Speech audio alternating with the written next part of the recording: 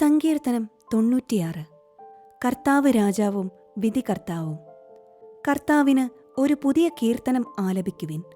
ഭൂമി മുഴുവൻ കർത്താവിനെ പാടി സ്തുതിക്കട്ടെ. കർത്താവിനെ പാടിപ്പുകഴ്ത്തുവിൻ. അവിടുത്തെ നാമത്തെ വാഴ്ത്തുവിൻ. അവിടുത്തെ രക്ഷയെ പ്രതിദിനം പ്രകീർത്തിക്കുവിൻ. ജനതകളുടെ ഇടയിൽ അവിടുത്തെ മഹത്വം പ്രഘോഷിക്കുവിൻ. ജനപദങ്ങളുടെ ഇടയിൽ അവിടുത്തെ അത്ഭുത പ്രവർത്തികൾ വർണ്ണിക്കുവിൻ. എന്തെന്നാൽ കർത്താവ് ഉന്നതനും അത്യന്തം സ്തുത്യർഹനുമാണ്. സകല ദേവന്മാരെയും കാൾ ഭയപ്പെടേണ്ടവനുമാണ്.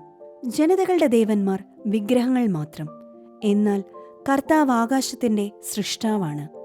മഹത്വവും തേജസ്സും അവിടുത്തെ സന്നിധിയിലുണ്ട്.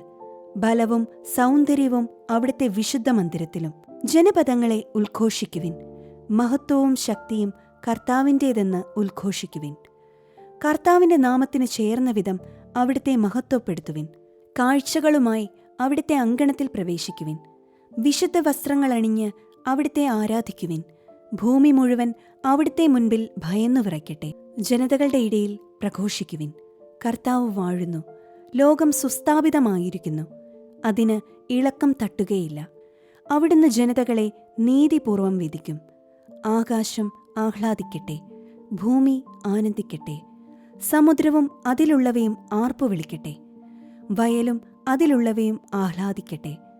അപ്പോൾ കർത്താവിന്റെ സന്നിധിയിൽ വനവൃക്ഷങ്ങൾ ആനന്ദഗീതം ഉതിർക്കും.